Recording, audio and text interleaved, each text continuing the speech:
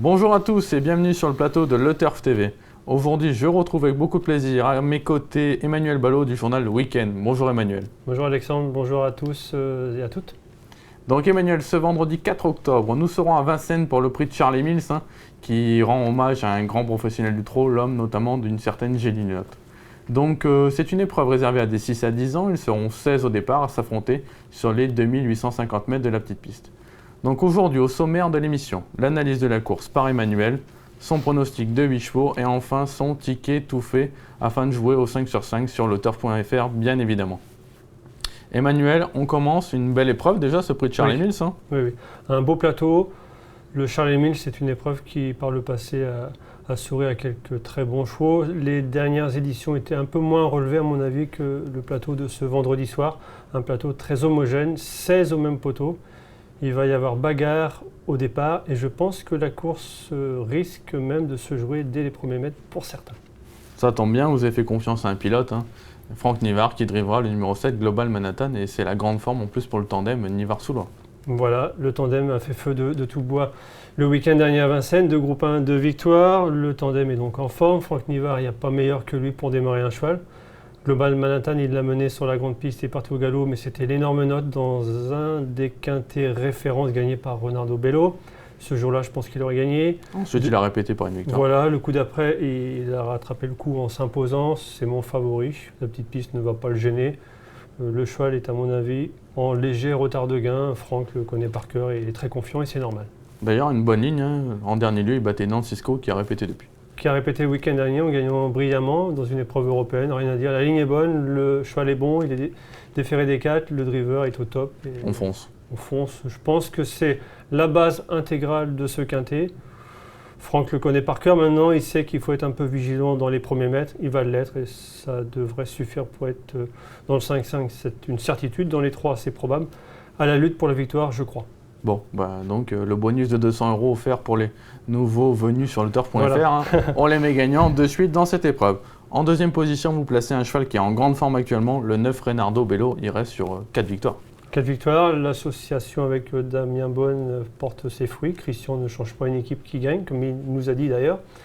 Renardo a gagné brillamment l'autre jour, profitant d'un bon parcours, des malheurs de Sylvain Roger avec Sirocco Gibassé. Tout à fait. Mais bon, il gagnait vraiment plaisamment. Le cheval, pour moi, n'a jamais été aussi performant que depuis quelques mois, encore meilleur que les précédents meetings d'hiver, déféré des 4. Christian Bijon, l'entraîneur, craint légèrement les tournants, plus secs sur la petite piste. Le premier tournant, notamment, il nous a parlé. Voilà, mais le cheval brave. Le cheval est brave. En ce moment, c'est une mobilette. Le cheval, il fait toutes ses courses. Il a gros moral, déféré. Damien le connaît par cœur. On fonce. D'accord. En troisième position, vous placez le numéro 1, Global Money. On rappelle, c'est une course à label européen. Et ce Global Money, d'ailleurs, on a l'occasion de voir sa dernière vidéo. C'était à Volvega le 1er septembre. Ce jour-là, on le voit, il est à 2 nœuds au vent de Your Love Lois, un cheval qu'on a vu en France et notamment resté sur des victoires. Et le cheval ne va pas démériter. En plus, Hugo Langweg Jr. nous a signalé que le cheval ce jour-là n'était pas à 100%, donc ce qui rehausse sa performance. Et là, il le trouve aussi bien que lors de sa précédente victoire. Emmanuel, qu'est-ce que vous en pensez ce jour-là? Il a plusieurs qualités, entre autres d'être courageux, comme il l'avait été lors de son succès. Le coup d'avant à Vincennes en 12-8 sur les 2007. De la grande piste. Il a beaucoup de tenue. Il a le mérite de rester ferré. À ce niveau-là, ce n'est pas rien. C'est rare. Ça veut dire que théoriquement, le cheval a un peu de marge. Maintenant, je lui préfère les 2 autres. Il faut remarquer que mes 3 préférés, qui seront probablement 3 des favoris, restent sur une victoire sur 2007 grande piste. Là, on change radicalement d'exercice, mais pour un cheval comme Global Money, ça ne posera aucun problème, bien au contraire.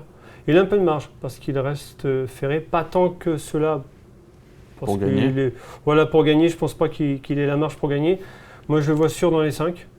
Après, il a le droit de gagner, mais je pense que le bon parcours. Voilà, mais je pense que Global Manhattan est meilleur en qualité pure. Je suis d'accord avec vous. En tout cas, une histoire de global dans cette épreuve. Global Manhattan, Global Money, globalement, on fonce.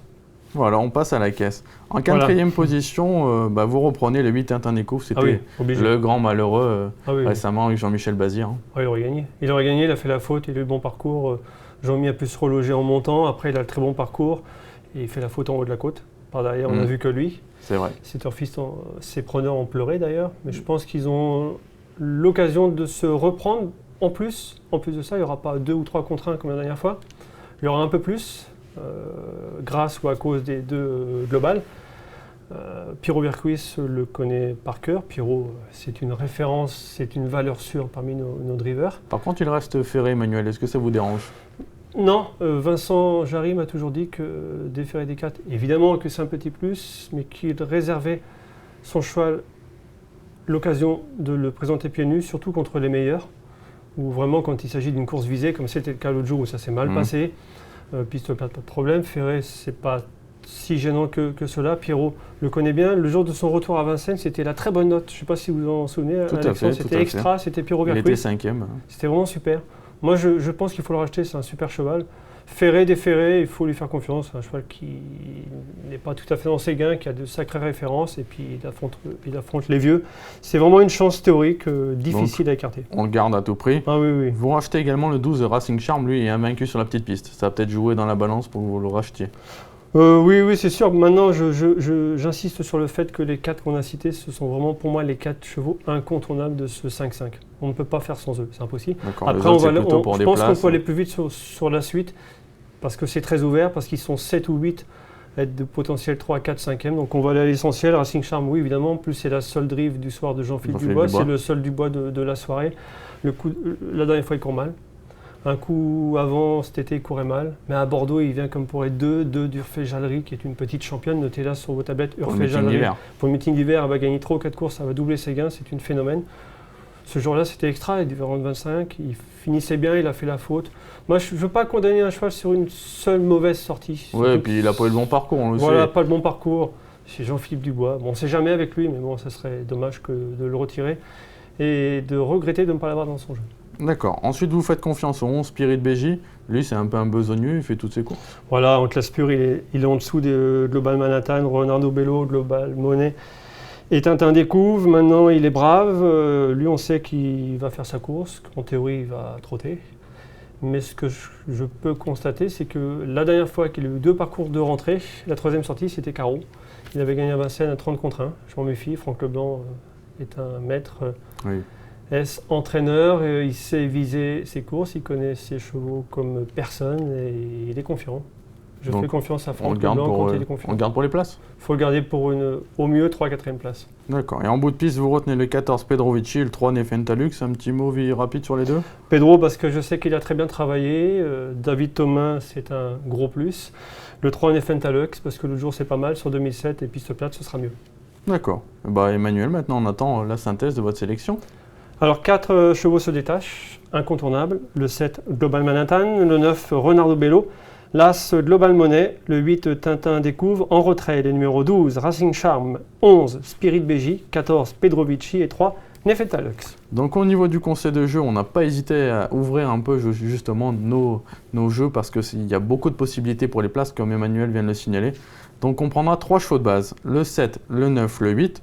On associera les chevaux du prono, donc l'As, le 12, le 11, le 14, le 3.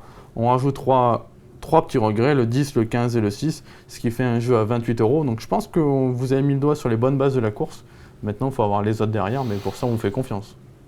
Il faut aussi un peu de chance, surtout quand il y a 16 concurrents au même poteau sur la petite piste. Et comme je disais en introduction, ça risque fort de se jouer dans les premiers mètres. Il y en aura 2-3 qui vont être malheureux, disqualifiés ou vont mal partir, vont se retrouver dans le mauvais wagon. Ça va jouer au départ, il faut un peu de chance. Mais il y a vraiment 4 chevaux incontournables dans ce quintet.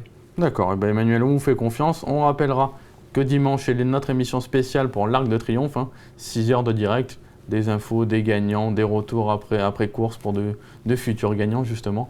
Emmanuel, votre favori vous pour l'Arc? S'il pleut beaucoup, l'Allemand, Novelliste. J'aime beaucoup. Il est vraiment signé germanique, il est dur. Le terrain souple va beaucoup l'avantager. Si le terrain reste bon, mais je ne crains fort qu'il ne le soit pas, je garde un cheval qui a moyennement couru dans le prix Niel, Flintshire. C'est mon cheval de cœur. Maintenant, il faut vraiment que le terrain soit bon, mais Novelliste sûr dans les 3. D'accord. Emmanuel, merci beaucoup. Et puis, je vous en prie. Réponse dimanche donc, dans l'émission de Le Turf TV. Écoutez, à très bientôt dans cette émission et puis bonjour à tous. Au revoir. Au revoir.